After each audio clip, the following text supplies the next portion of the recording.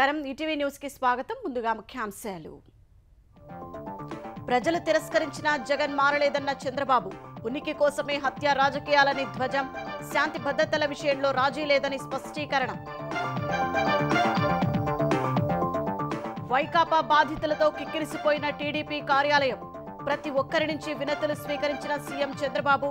పరిష్కరిస్తామని భరోసా. ఏపీలో భారీగా ఐఏఎస్ల బదిలీలు. 63 మందికి స్థానచలనం.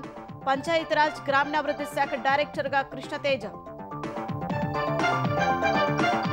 2 రోజుల పర్యటన కోసం నేడు ఢిల్లీకి వెళ్లనున్న సీఎం రేవంత్ రెడ్డి. భట్టి విక్రమార్కతో కలిసి కాంగ్రెస్ అగ్రనేతలతో సమావేశం.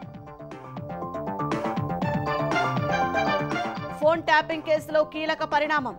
Prabhakar Rao శ్రవణ్పై red corner నోటీసులకు యత్నాలు. CID ద్వారా ఇంటర్పోల్ కు అభ్యర్థన. అణుబాంబు తయారీకి ఇరాన్కు 2-3 వారాలు చాలన్న అగ్రరాజ్యం. ట్రంప్ యంత్రాంగమే కారణమని ఆరోపించిన అమెరికా విదేశాంగ మంత్రి. యెమెన్లో హుతీల స్థావరాలే లక్ష్యంగా ఇజ్రాయెల్ దాడులు. అల్ హుదైదా విమానాశ్రయంపై బాంబుల వర్షం. పలువురు మృతి, అనేక మందికి గాయాలు.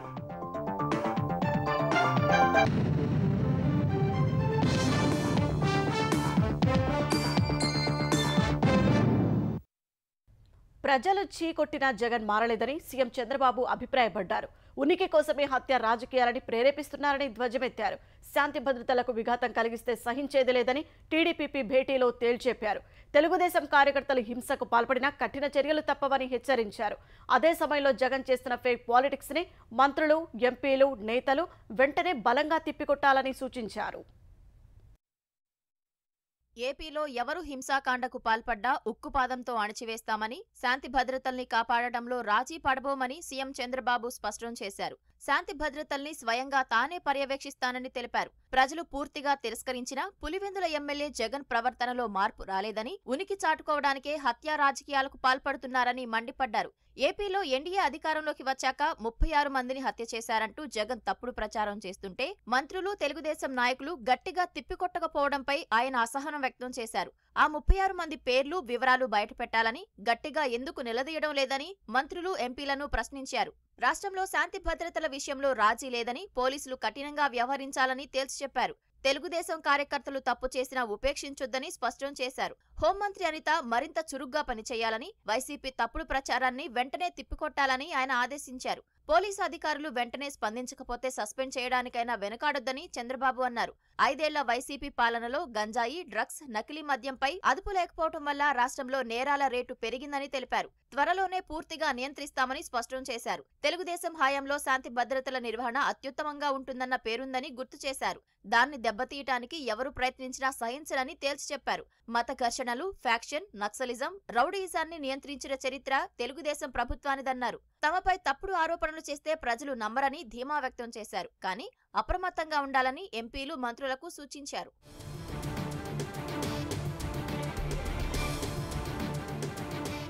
జగన్ ఫేక్ పాలిటిక్స్ ను నమ్ముకున్నారని, తెలుగుదేశం హింసా రాజకీయాలకు పాల్పడుతుందని తప్పుడు ప్రచారం చేస్తున్నారని చంద్రబాబు మండిపడ్డారు.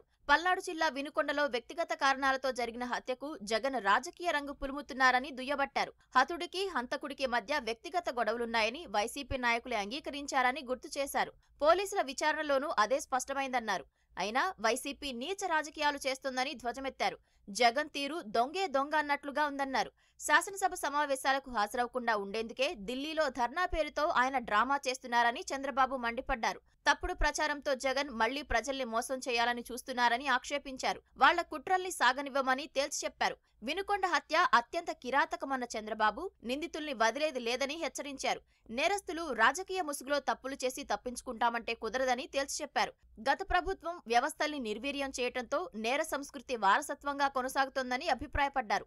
ఎవరు హింసాకాండకు పాల్పడ్డా కఠినంగా శిక్షిస్తామని హెచ్చరించారు. తప్పు చేస్తే తప్పించుకోలేమన్న భయం కల్పిస్తామన్నారు. శాంతి భద్రతల కంటే తనకేదీ ముఖ్యం కాదని స్పష్టం చేశారు. టీడీపీ నాయకులు కార్యకర్తలు హింసాత్మక ఘటనలకు దూరంగా ఉండాలని చంద్రబాబు స్పష్టం చేశారు. గత ప్రభుత్వం మనపై తప్పుడు కేసులు పెట్టడంతో పాటు జైళ్లకు పంపిందని గుర్తు చేశారు. అందరిలో కసి, కోపం ఉన్నాయన్న సీఎం దానికి కక్ష తీర్చుకోవాలనుకోవద్దని హితవు పలికారు. మంత్రులు, ఎమ్మెల్యేలు వారి నియోజకవర్గాల్లో అప్రమత్తంగా ఉంటూ ఎలాంటి హింసాత్మక ఘటనలు జరగకుండా చూడాలన్నారు. దాడులకు పాల్పడితే ఎవరినైనా వదిలేది లేదని తేల్చి చెప్పారు. చట్టాన్ని చేతుల్లోకి తీసుకుంటే అంగీకరించడని స్పష్టం చేశారు. రాష్ట్రంలో హింస అన్నదే కనపడకూడదన్నారు. ప్రభుత్వం మారింది కాబట్టి తీరు మార్చుకోకపోతే కష్టమని రౌడీలు, నేరస్తుల్ని హెచ్చరించారు. మహిళలపై అఘాయిత్యాలకు పాల్పడితే తీవ్ర చర్యలుంటాయని తేల్చి చెప్పారు. నేరం చేయాలంటేనే భయపడేలా చేస్తామని హెచ్చరించారు.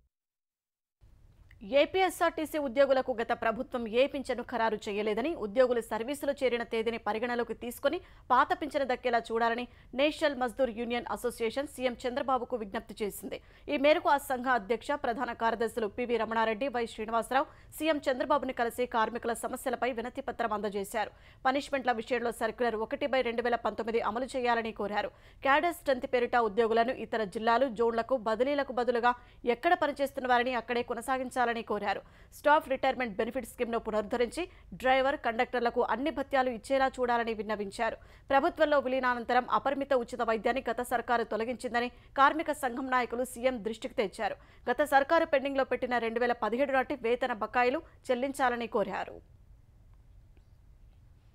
వైకాపా ప్రభుత్వ బాధితులమంటూ ముఖ్యమంత్రి చంద్రబాబుకు ప్రజలు సమస్యలతో పోటెత్తుతున్నారు. రాష్ట్రం నలుమూలల నుంచి వినతులతో వచ్చి ఇక్కట్లను ఏకరవు పెట్టుకుంటున్నారు. పార్టీ కేంద్ర కార్యాలయం ఎన్టీఆర్ భవన్లో దాదాపు 2.5 గంటల పాటు ముఖ్యమంత్రి చంద్రబాబు నిర్విరామంగా బాధితుల నుంచి స్వయంగా వినతులు స్వీకరించడంతో పాటు పరిష్కారానికి కృషి చేస్తారని హామీ ఇచ్చారు. ప్రతి ఒక్కరి దగ్గరకు వచ్చి స్వయంగా వినతులు స్వీకరించి సమస్యలు పరిష్కరిస్తామని సీఎం చెప్పడంపై ప్రజలు సంతోషం వ్యక్తం చేశారు. నాకు ఎవరు లేరండి, భర్త వదిలిపెట్టేసి వెళ్ళిపోయాడండి. 2 ఆడపిల్లలకి పెళ్ళిళ్ళు చేసుకుని 15 సెంట్లు సైట్ కష్టపడి కొనుక్కున్నానండి. ఇది వైఎస్ఆర్ వాళ్ళకి వెనకాల స్థలం కొనుక్కున్నారండి. నన్ను సైట్ కాడికి వెళ్తే పట్టుకు కొట్టి ఒళ్ళంతా ఓనం చేసి నా మెళ్ళ ఉన్న గోల్డ్ అది లాగేసుకునండి, కాలు ఒక చెయ్యి ఎరగొట్టి నన్ను సైట్ కాడికి రావద్దు, నీకు సైట్ కావాలంటే 60 లక్షలు ఇమ్మని అడుగుతున్నారండి. సీఎం గారు నా సైట్ నాకు ఇప్పించి న్యాయం చేస్తాను, దీంట్లో న్యాయం కావాలండి. మా హస్బెండ్ పాపను కడుపులో ఉన్నప్పుడు కత్తిపీట పెట్టి దాడి చేశాడు మా అమ్మని, నన్ను. అయితే వైసీపీ గవర్నమెంట్ మాకు సీఎం రిలీఫ్ ఫండ్ ఇస్తామని 1 లక్ష రూపాయలు ఇస్తామని చెప్పి ఇవ్వకుండా మమ్మల్ని మోసం చేశారండి. ఎప్పుడు ఆఫీస్కి వెళ్ళినా చెక్ వస్తుందమ్మా అలా చెప్తూ అబద్ధాలు చెప్పారు. ఇప్పుడు బాబు గారిని, చంద్రబాబు నాయుడు గారిని కలిస్తే సారీ చూద్దాం అమ్మా, పెట్టుకోండి మళ్ళీ అని అన్నారు. 2 రోజుల పర్యటన నిమిత్తం ముఖ్యమంత్రి రేవంత్ రెడ్డి ఇవాళ ఢిల్లీ వెళ్లనున్నారు. ఉప ముఖ్యమంత్రి భట్టి విక్రమార్క నిన్న సాయంత్రమే ఢిల్లీ వెళ్లారు. ఇద్దరు నేతలు ఢిల్లీలో కాంగ్రెస్ అగ్రనేత రాహుల్ గాంధీని, ఏఐసీసీ అధ్యక్షుడు మల్లికార్జున ఖర్గే, ఏఐసీసీ ప్రధాన కార్యదర్శి కేసీ వేణుగోపాల్ను కలవనున్నారు. వారికి రాష్ట్రంలో అమలు చేస్తున్న రైతు రుణమాఫీ, ఇతర సంక్షేమ కార్యక్రమాల అమలు గురించి వివరించనున్నారు. ఈ నెలాఖరున వరంగల్లో బహిరంగ సభ నిర్వహిస్తామని ఇటీవలే సీఎం రేవంత్ రెడ్డి ప్రకటించారు. ఆ సభకు ఏఐసీసీ నేతలను ఇరువురు నేతలు ఆహ్వానించనున్నారు. రేపటి నుంచి పార్లమెంట్ సమావేశాలు ఉండటంతో రాష్ట్ర కాంగ్రెస్ ఎంపీలతో సమావేశమై ఈ సమావేశాల్లో ప్రస్తావించాల్సిన రాష్ట్రానికి చెందిన అంశాలపై చర్చిస్తారు. ఈ నెల 23వ తేదీ నుంచి అసెంబ్లీ సమావేశాలు ఉండటంతో ఎల్లుండి తిరిగి వీరు హైదరాబాద్ వస్తారని టీపీసీసీ వర్గాలు తెలిపాయి. మహాలక్ష్మి పథకంతో పెరిగిన రద్దీకి అనుగుణంగా కొత్త బస్సులు తీసుకొచ్చేందుకు ప్రభుత్వం సానుకూలంగా ఉందని తెలంగాణ రవాణా శాఖ మంత్రి పొన్నం ప్రభాకర్ తెలిపారు. ఈ పథకం కింద మహిళా ప్రయాణికులకు ఇప్పటి వరకు 68.60 కోట్ల ఉచిత టికెట్లు జారీ చేశామని వెల్లడించారు. దీంతో లబ్ధిదారులు 2,350 కోట్ల రూపాయలు ఆదా చేసుకున్నారని వివరించారు. సిబ్బంది నిబద్ధతతోనే ఈ పథకం విజయవంతంగా అమలవుతోందని ప్రశంసించారు. హైదరాబాద్లోని బస్ భవన్లో టీజీఆర్టీసీ పనితీరుపై పొన్నం ప్రభాకర్ సమీక్ష నిర్వహించారు. అనంతరం క్షేత్రస్థాయిలో విధులు నిర్వర్తిస్తున్న కండక్టర్ డ్రైవర్లతో పొన్నం ప్రభాకర్ వర్చువల్ గా సమావేశమయ్యారు. ఈ ఆర్థిక ఏడాదిలో ఇప్పటి వరకు 38 డిపోలు లాభాల్లో ఉన్నాయన్న ఆయన మిగతా డిపోలు కూడా వృద్ధి సాధించేందుకు అధికారులు కృషి చేయాలని చెప్పారు. కార్గో సేవలను విస్తరించేందుకు రిటైర్డ్ ఉద్యోగుల సేవలను వినియోగించుకోవాలని సూచించారు. తెలంగాణలో ప్రతిష్టాత్మక దాశరథి కృష్ణమాచార్య పురస్కారం మట్టి కవిగా ఖ్యాతి గడించిన జూకంటి జగన్నాథాన్ని వరించింది. ప్రభుత్వం నియమించిన కమిటీ నిర్ణయం మేరకు ఈ ఏడాదికి గాను ఆయనకు అవార్డును ప్రకటిస్తూ ప్రభుత్వం ఉత్తర్వులు జారీ చేసింది. ఈ పురస్కారంతో పాటు 1,116 రూపాయల నగదు జ్ఞాపికను అందజేస్తారు.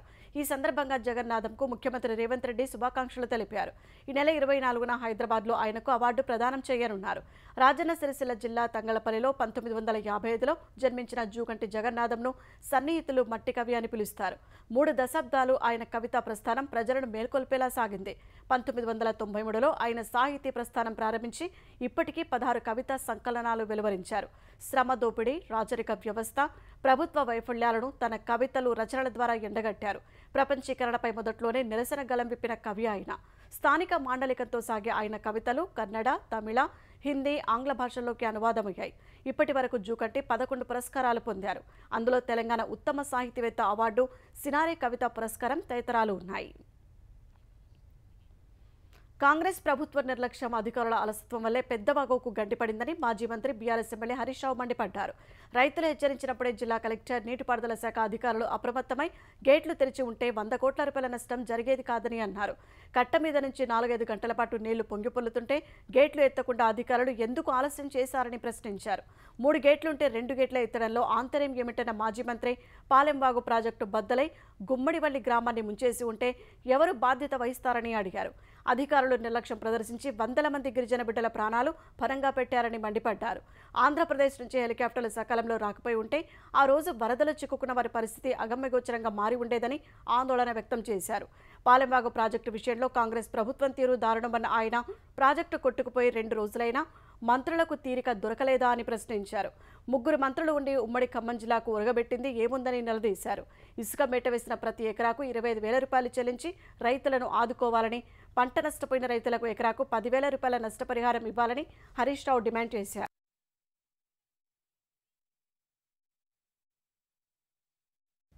ఫోన్ ట్యాపింగ్ కేసులో ప్రధాన నిందితుడు ఎస్ఐబి మాజీ వైఎస్డీ ప్రభాకర్ రావుతో పాటు మరో నిందితుడు శ్రవణ్ రావును హైదరాబాద్ రప్పించే దిశగా పోలీసులు ప్రయత్నాలు చేపట్టారు. వీరికి రెడ్ కార్నర్ నోటీసులు జారీ చేసేందుకు రంగం సిద్ధం చేశారు. రాష్ట్ర సిఐడి ద్వారా సిబిఐకి అభ్యర్థనను పంపించారు. సిబిఐ ఈ అభ్యర్థనను ఇంటర్పోల్కు పంపించాల్సి ఉంటుంది. అనంతరం ఇంటర్పోల్ కేసు తీవ్రతను పరిగణలోకి తీసుకుని రెడ్ కార్నర్ నోటీస్ జారీ ఆవశ్యకతను గుర్తిస్తే అప్పుడు రెడ్ కార్నర్ నోటీసు జారీ చేస్తుంది. వీరిద్దరిపై బ్లూ కార్నర్ నోటీస్ జారీ చేయాలంటూ గతంలోనే హైదరాబాద్ పోలీసులు సిఐడి ద్వారా అభ్యర్థనను పంపించారు. అయితే అప్పటిదాకా ఈ కేసులో ఛార్జ్షీట్ దాఖలు చేయకపోవడంతో బ్లూ కార్నర్ నోటీస్ జారీ కోసం ప్రయత్నించారు. ఈ ప్రక్రియ కొనసాగుతున్న నేపథ్యంలోనే ప్రాథమిక అభియోగపత్రాన్ని న్యాయస్థానంలో దాఖలు చేయడంతో పాటు ఈ 2 నిందితుల్ని తమ ఎదుట హాజరుపరచాలంటూ న్యాయస్థానం ఆదేశించడంతో పోలీసులు చర్యలు చేపట్టారు. ప్రభాకర్ రావు, శ్రవణ్ రావులను విచారిస్తే ట్యాపింగ్ విషయంలో మరిన్ని అంశాలు బయటపడే అవకాశం ఉంది. ఏపీలో భారీగా ఐఏఎస్ అధికారులను బదిలీ చేస్తూ ప్రభుత్వం ఉత్తర్వులు ఇచ్చింది. వీరిలో ఇప్పటికే బదిలీ అయి పోస్టింగ్ కోసం ఎదురుచూస్తున్న అధికారులు కొందరుండగా ప్రస్తుతం పనిచేస్తున్న స్థానాల నుంచి బదిలీ అయిన వారు అధికంగా ఉన్నారు. మొత్తంగా ఒకేసారి 63 మందికి స్థానచలనం కలిగింది. గత ప్రభుత్వ హయాంలో వివిధ ఆరోపణలు ఎదుర్కొంటున్న వారికి తాజాగా కీలక పోస్టింగులు దక్కాయి. ఏపీలో భారీగా ఐఏఎస్ అధికారులు బదిలీ అయ్యారు. ఈ మేరకు ప్రభుత్వ ప్రధాన కార్యదర్శి నీరబ్ కుమార్ ప్రసాద్ ఉత్తర్వులు జారీ చేశారు. ఎన్డీఏ ప్రభుత్వం ఏర్పడ్డాక ఇప్పటికే విడతల వారీగా సీనియర్ ఐఏఎస్ల బదిలీలు చేపట్టింది. ప్రత్యేక ప్రధాన కార్యదర్శులు, శాఖాధిపతులు, కలెక్టర్ల నియామకాలను దాదాపుగా పూర్తి చేసింది. తాజాగా పెద్ద ఎత్తున మార్పులు చేసింది. కార్యదర్శి, డైరెక్టర్ సహా సంయుక్త కలెక్టర్లు, ఐటీడీఏ పీఓలు తదితర స్థానాల్లో నియమించింది. కేరళ నుంచి ఏపీకి డిప్యుటేషన్పై వచ్చిన 2015 బ్యాచ్ ఐఏఎస్ అధికారి విఆర్ కృష్ణతేజ మైలవరపు పంచాయతీరాజ్, గ్రామీణాభివృద్ధి శాఖ డైరెక్టర్గా నియమితులయ్యారు. కార్మిక శాఖ కమిషనర్గా ఉన్న ఎంవి శేషగిరి బాబును స్టాంపులు, రిజిస్ట్రేషన్ల శాఖ ఐజీగా బదిలీ చేసింది. ఇప్పటి వరకు పదవిలో ఉన్న ఐఆర్ఎస్ అధికారి వి రామకృష్ణను అక్కడి నుంచి తప్పించింది. కార్మిక శాఖ కమిషనర్ పోస్టును ఎవరికీ ఇవ్వలేదు. వ్యవసాయ శాఖ ప్రత్యేక కమిషనర్గా పనిచేసిన చేవూరు హరికిరణ్కి ప్రజారోగ్య, కుటుంబ సంక్షేమ శాఖ డైరెక్టర్ బాధ్యతలు అప్పగించింది. తదుపరి ఉత్తర్వులు ఇచ్చే వరకు జాతీయ ఆరోగ్య మిషన్ ఎండీగా అదనపు బాధ్యతల్లోనూ ఆయన కొనసాగుతారు. పౌర సరఫరాల సంస్థ ఎండీ జి వీరపాండ్యన్ సెర్ఫ్ సీఈఓగా నియమితులయ్యారు. గృహ నిర్మాణ సంస్థ ఎండీగా ఉన్న పిఎస్ గిరీషాను పౌర సరఫరాల సంస్థ ఎండీగా బదిలీ చేసింది. చేనేత, జౌళి శాఖ కమిషనర్గా రేఖారాణి, మైనారిటీ సంక్షేమ శాఖ కమిషనర్గా సిహెచ్ శ్రీధర్ని నియమించింది. ఇటీవలి వరకు విశాఖపట్నం కలెక్టర్గా పనిచేసిన మల్లికార్జునను బీసీ సంక్షేమ శాఖ డైరెక్టర్గా నియమిస్తూ వెనుకబడిన తరగతుల సహకార ఆర్థిక సంస్థ వీసీ ఎండీగా అదనపు బాధ్యతలు అప్పగించింది. చిత్తూరు, నెల్లూరు జిల్లాల కలెక్టర్గా పనిచేసిన హరినారాయణను పురపాలక శాఖ డైరెక్టర్గా నియమించింది. విజయనగరం, పల్నాడు జిల్లాల కలెక్టర్గా పనిచేసిన లట్కర్ శ్రీకేష్ బాలాజీరావు సర్వే సెటిల్మెంట్, భూదస్త్రాల శాఖ డైరెక్టర్గా నియమితులయ్యారు. బదిలీ అయిన వారిలో ఐఆర్ఎస్, ఐఎఫ్ఎస్ అధికారులు కొందరు ఉన్నారు. వారికి పోస్టింగులు ఇవ్వలేదు. 6 ఐఏఎస్ అధికారులను బదిలీ చేస్తూ తెలంగాణ ప్రభుత్వ ప్రధాన కార్యదర్శి శాంతికుమారి ఉత్తర్వులు జారీ చేశారు. రవాణా, గృహ నిర్మాణం, సాధారణ పరిపాలన శాఖ, స్మార్ట్ గవర్నెన్స్ ప్రత్యేక ప్రధాన కార్యదర్శిగా వికాస్ రాజ్, సాధారణ పరిపాలన శాఖ సర్వీసుల ముఖ్య కార్యదర్శిగా బెండహార్ మహేష్ దూత్ ఎక్కా నియమితులయ్యారు. గిరిజన సంక్షేమ శాఖ కమిషనర్గా ఎస్ శరత్కు అదనపు బాధ్యతలు అప్పగించారు. రాష్ట్ర గిడ్డంగుల సంస్థ మేనేజింగ్ డైరెక్టర్గా కొరలక్ష్మి, విపత్తు నిర్వహణ ప్రత్యేక కార్యదర్శిగా హరీష్కు అదనపు బాధ్యతలు అప్పగించారు. హనుమకొండ స్థానిక సంస్థల అదనపు కమిషనర్ రాధికా గుప్తా మేడ్చల్కు బదిలీ అయ్యారు. హైదరాబాద్లో పెద్ద మొత్తంలో మత్తు పదార్థాలను పోలీసులు పట్టుకున్నారు. శిల్పారామం సమీపంలో అమ్మకానికి ఉంచిన 7 కోట్ల రూపాయల విలువైన హెరాయిన్ను పోలీసులు స్వాధీనం చేసుకున్నారు. శంషాబాద్ ఎస్ఓటీ మాదాపూర్ పోలీసులు కలిసి నిర్వహించిన సోదాల్లో రాజస్థాన్ నుంచి హైదరాబాద్కు డ్రగ్స్ సరఫరా చేసే ముఠాగుట్టు బయటపడినట్టు సైబరాబాద్ సిపి అవినాష్ మహంతి వెల్లడించారు. 4 నిందితులను అదుపులోకి తీసుకుని విచారణ చేస్తున్నట్లు తెలిపారు. కిలో హెరాయిన్ను 4 ప్యాకెట్లలో ఒక్కొక్కటి 250 గ్రాములుగా ప్యాక్ చేసి తీసుకువచ్చారని సిపి వివరించారు. నిందితులు ఎవరెవరికి డ్రగ్స్ విక్రయించాలని చూస్తున్నారో కస్టడీలోకి తీసుకుని దర్యాప్తు చేస్తామన్నారు. We have these kits, no, so we are testing people ఎప్పుడు దొరికితే యూరిన్ టెస్ట్ కిట్స్ ఉన్నాయి ఇప్పుడు, సో దాని మీద we are testing people. Usually cocaine is not consumed by people who have less money. It's not that it's consumed by one set of people. Usually it requires little more money to consume it. So the people having money could be spread across all strata of society. If one accused throws up 20 names, it's not necessary that all 20 necessarily would have come. We have to add something to that, some supporting evidence, then go for this thing. Speciality ఆసుపత్రిలో Aarogyasri health care trust ద్వారా Aarogyasri, EHS ఆరోగ్య భద్రత కార్డులపై నగదురహిత సేవలు కొనసాగిస్తామని Telangana speciality ఆసుపత్రుల association వెల్లడించింది. ఈ నెల 20వ తేదీలోపు బకాయిలు చెల్లించని పక్షంలో తెలంగాణ వ్యాప్తంగా ఆరోగ్యశ్రీ హెల్త్ కేర్ ట్రస్ట్ ఆధ్వర్యంలో అందిస్తున్న నగదు సేవలను నిలిపివేస్తామని తెలంగాణ స్పెషాలిటీ ఆసుపత్రుల అసోసియేషన్ హెచ్చరించింది. ఈ నేపథ్యంలో తెలంగాణ ఆరోగ్య శాఖ మంత్రి దామోదర రాజనరసింహ వారితో చర్చించారు. ఆరోగ్యశ్రీ హెల్త్ కేర్ ట్రస్ట్ ద్వారా చెల్లించాల్సిన బకాయిలను ముఖ్యమంత్రి రేవంత్ రెడ్డితో చర్చించి త్వరలోనే విడుదల చేస్తామని చెప్పారు. ఆరోగ్యశ్రీ హెల్త్ కేర్ ట్రస్ట్ ద్వారా స్పెషాలిటీ హాస్పిటల్స్ అందిస్తున్న నగదు రహిత సేవలకు క్రమం తప్పకుండా నెలవారీగా చెల్లింపులు జరిగేలా కృషి చేస్తారని ఆసుపత్రుల అసోసియేషన్ ప్రతినిధులకు హామీ ఇచ్చారు. దీంతో నగదు రహిత వైద్య సేవల రద్దు నిర్ణయాన్ని స్పెషాలిటీ ఆసుపత్రుల అసోసియేషన్ ఉపసంహరించుకుంది. తెలంగాణలో పాఠశాలల వేళలను మారుస్తూ విద్యాశాఖ ఉత్తర్వులు జారీ చేసింది. ప్రాథమిక పాఠశాలల సమయాలకు అనుగుణంగా ఉన్నత పాఠశాలల సమయాల్లో మార్పు చేస్తున్నట్టు తెలిపింది. ఇప్పటి వరకు ఉన్నత పాఠశాలలు ఉదయం 9:30 నుంచి సాయంత్రం 4:45 వరకు నడుస్తుండగా ఇకపై ఉదయం 9 గంటల నుంచి సాయంత్రం 4:15 వరకు నిర్వహించనున్నట్టు విద్యాశాఖ తెలిపింది. జంట నగరాల్లో ట్రాఫిక్ సమస్యలను దృష్టిలో ఉంచుకొని ప్రస్తుతం అమల్లో ఉన్నట్టే ఉదయం 8:45 నుంచి సాయంత్రం 4 గంటల వరకు కొనసాగుతాయని విద్యాశాఖ వెల్లడించింది. మహారాష్ట్ర నాగ్పూర్ నుంచి ఆంధ్రప్రదేశ్ రాజధాని అమరావతి వరకు నిర్మించతలపెట్టిన గ్రీన్ఫీల్డ్ హైవే భూసేకరణ అధికారులకు కొరకరాని కొయ్యేలా మారింది. తమ షరతులకు ఒప్పుకుంటేనే గ్రీన్ఫీల్డ్ హైవేకు భూములిస్తామని రైతులు తేల్చెప్పారు. వరంగల్ జిల్లా పర్వతగిరి మండలంలో జిల్లా అదనపు కలెక్టర్ సంధ్యారాణి గ్రీన్ఫీల్డ్ హైవే ప్రభావిత రైతులతో సమావేశం నిర్వహించారు. గ్రీన్ఫీల్డ్ హైవే నిర్మాణంపై అభిప్రాయాలు సేకరించారు. ప్రస్తుత మార్కెట్ విలువ ప్రకారమే ప్రభుత్వం భూములను కొనుగోలు చేస్తుందని అధికారులు తెలిపారు. అధికారుల మాటలు సంతృప్తికరంగా లేవన్న రైతులు జీవనాధారమైన పొలాలను ఇచ్చేందుకు సిద్ధంగా లేమని తేల్చెప్పారు. భూములు ఇవ్వాలంటే ఎకరాకు ₹1 కోటి పరిహారం, టోల్ ప్లాజాల వాటా సహా కుటుంబంలో ఒకరికి ఉద్యోగం కల్పించాలని రైతులు డిమాండ్ చేశారు. వాయుగుండం ప్రభావంతో విస్తారంగా వర్షాలు కురుస్తున్న నేపథ్యంలో అధికారులు అప్రమత్తంగా ఉండాలని ఏపీ విపత్తుల నిర్వహణ శాఖ మంత్రి వంగలపూడి అనిత ఆదేశించారు. ఈ మేరకు శ్రీకాకుళం, విజయనగరం, అల్లూరి సీతారామరాజు జిల్లాల కలెక్టర్లతో మంత్రి వీడియో కాన్ఫరెన్స్ ద్వారా ఆయా జిల్లాల్లో కురుస్తున్న వర్షాలపై సమీక్ష నిర్వహించారు. వర్షాల ప్రభావం, తాజా పరిస్థితులపై ఆరా తీశారు. లోతట్టు ప్రాంత ప్రజలను అప్రమత్తం చేయాలని సూచించారు. చెరువులు, వాగుల్లో వరద ప్రవాహాలపై నిరంతర పర్యవేక్షణ ఉండాలని అధికారులకు మంత్రి స్పష్టం చేశారు.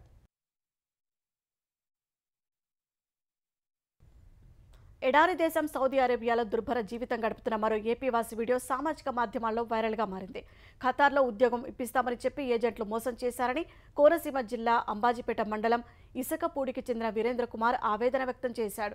ప్రస్తుతం ఎడారి ఒంటెల మధ్య జీవిస్తున్నారని, తీవ్ర అనారోగ్యానికి గురయ్యారని బాధితుడు వాపోయాడు. తమ కుమారుడిని ఎలాగైనా ఇంటికి తీసుకురావాలని ఎంపీ హరీష్ మాథూర్, ఎమ్మెల్యే గిడ్డి సత్యనారాయణను బాధితుడి తల్లిదండ్రులు కోరారు. విషయాన్ని మంత్రి లోకేష్ దృష్టికి తీసుకెళ్లగా బాధితుడిని ఇంటికి తీసుకొచ్చేందుకు చర్యలు తీసుకుంటామని హామీ ఇచ్చారు. సింహాచల వరాహ లక్ష్మీ నరసింహస్వామి గిరి ప్రదక్షిణకు లక్షలాది మంది భక్తులు పోటెత్తారు. తొలి పావంచ దగ్గర కొబ్బరికాయ కొట్టి భక్తులు 32 కిలోమీటర్ల మేర గిరి ప్రదక్షిణ చేస్తున్నారు. ఈ గిరి ప్రదక్షిణలో 10 లక్షల మంది పాల్గొంటారని అంచనాతో ఏర్పాట్లు చేసినా అంతకు మించి భక్తులు తరలివచ్చారు. దివ్య రథంలో సింహాద్రి అప్పన్న గిరి ప్రదక్షిణ చేశారు. స్వామివారి వైభవం చూసి భక్తులు తరించారు. గిరి ప్రదక్షిణలో పాల్గొనే భక్తుల కోసం ఆధ్యాత్మిక స్వచ్ఛంద సంస్థలు పలు సేవా కార్యక్రమాలు నిర్వహిస్తున్నాయి. పాలు, పళ్ళు, పలహారాలను అందిస్తున్నాయి. సత్యసాయి సేవాదళ సభ్యులు ఎన్ఏడి కూడలి సమీపంలో కాళ్లకు మర్దన చేస్తున్నారు. నేడు 4వ విడత చందన సమర్పణతో గిరి ప్రదక్షిణ పూర్తవుతుందని ఆలయ అర్చకులు తెలిపారు. ఏపీ ఉప ముఖ్యమంత్రి పవన్ కళ్యాణ్ సతీమణి అన్నా లెజ్నేవా కుడిదల సింగపూర్ యూనివర్సిటీ నుంచి మాస్టర్స్ డిగ్రీ అందుకున్నారు. నేషనల్ యూనివర్సిటీ ఆఫ్ సింగపూర్లో వైభవంగా నిర్వహించిన స్నాతోత్సవంలో అన్నా లెజ్నోవా పట్టా స్వీకరించారు. ఆగ్నేయాసియా దేశాల కళలు, సామాజిక విజ్ఞానంలో లెజ్నోవా మాస్టర్స్ చేశారు. ఇప్పటి వరకు అన్నా 2 మాస్టర్స్ డిగ్రీలు పూర్తి చేశారు. మాస్టర్స్ పట్టా తీసుకున్న వేళ పవన్ కళ్యాణ్ తన సతీమణి అన్నా లెజ్నేవాను అభినందించారు. తనతో కలిసి సెల్ఫీ దిగారు. అన్నా రష్యాలోని సెయింట్ పీటర్స్బర్గ్ స్టేట్ యూనివర్సిటీలోని ఓరియంటల్ స్టడీస్లో హానర్స్ పట్టా పొందారు. ఆసియా దేశాల చరిత్ర, భాషలు, జీవన విధానంపై డిగ్రీ సాధించారు. సెయింట్ పీటర్స్బర్గ్ స్టేట్ యూనివర్సిటీలో ఉండగానే 3 భాషలు కూడా నేర్చుకున్నారు. ఆ తర్వాత బ్యాంకాక్లోని చులాలాంకాన్ యూనివర్సిటీ నుంచి థాయ్ స్టడీస్లో అన్నా మొదటి మాస్టర్స్ డిగ్రీ సాధించారు. అణుబాంబులకు కావాల్సిన సామగ్రిని 2-3 వారాల్లో ఉత్పత్తి చేయగల సామర్థ్యం ఇరాన్ సాధించిందని అమెరికా తెలిపింది. కొలరాడోలోని ఏస్పిన్లో జరిగిన భద్రతా సదస్సులో ఆ దేశ విదేశాంగ మంత్రి ఆంటోనీ బ్లింకెన్ ఈ వ్యాఖ్యలు చేశారు. అణుబాంబుల తయారీకి కావాల్సిన సామగ్రికి ఇరాన్కు ఏడాది సమయం పడుతుందనుకున్నామని అన్నారు. కానీ ఇప్పుడు ఆ దేశానికి 2-3 వారాలు చాలని పేర్కొన్నారు. ఇందుకు ట్రంప్ యంత్రాంగమే కారణమని నిందించారు. 2015లో ఇరాన్తో కుదిరిన అణు ఒప్పందం నుంచి 2018లో ట్రంప్ హయాంలో అమెరికా వైదొలిగింది. అనంతరం ఇరాన్పై ఆంక్షలు విధించింది. అప్పటి నుంచి ఇరాన్ యురేనియం శుద్ధి చేసే కార్యక్రమాన్ని వేగవంతం చేసింది. యెమెన్లోని హూతీల స్థావరాలే లక్ష్యంగా ఇజ్రాయెల్ విరుచుకుపడింది. పశ్చిమ ప్రాంతంలోని అల్ హుదైదా నౌకాశ్రయంతో పాటు పలు లక్ష్యాలపై బాంబుల వర్షం కురిపించింది. ఈ దాడిలో పలువురు మరణించగా 10ల సంఖ్యలో గాయపడ్డారు. నౌకాశ్రయంలోని చమురు నిల్వలకు మంటలు అంటుకోవడంతో భారీ ఎత్తున అగ్నిజ్వాలలు ఎగిసిపడ్డాయి. శుక్రవారం టెల్ అవీవ్పై హుతీల డ్రోన్ దాడికి ప్రతీకారంగా ఈ దాడులు చేసినట్లు ఇజ్రాయెల్ ప్రకటించింది. పశ్చిమాసియాలో యుద్ధం మొదలయ్యాక యెమెన్లోని హుతీలు లక్ష్యంగా ఇజ్రాయెల్ తొలిసారి బాంబు దాడులు చేసింది. గాజావాసులకు తాము మద్దతు ఇవ్వకుండా అడ్డుకోవడానికే ఇజ్రాయెల్ ఈ దాడులు చేసిందని హుతీల అధికార ప్రతినిధి తెలిపారు. అటు గాజాపై ఇజ్రాయెల్ జరిపిన 3 వేర్వేరు వైమానిక దాడుల్లో 13 మంది పాలస్తీనియన్లు మృతి చెందారు. నుసిరా శిబిరంలో 25 ఏళ్ల గర్భిణి ప్రాణాలు కోల్పోగా ఆమెకు శస్త్రచికిత్స చేసి గర్భంలోంచి శిశువును అల్ అవదా ఆసుపత్రి వైద్యులు సురక్షితంగా బయటకు తీశారు. మగబిడ్డ ఆరోగ్యం నిలకడగా ఉందని వైద్యులు తెలిపారు.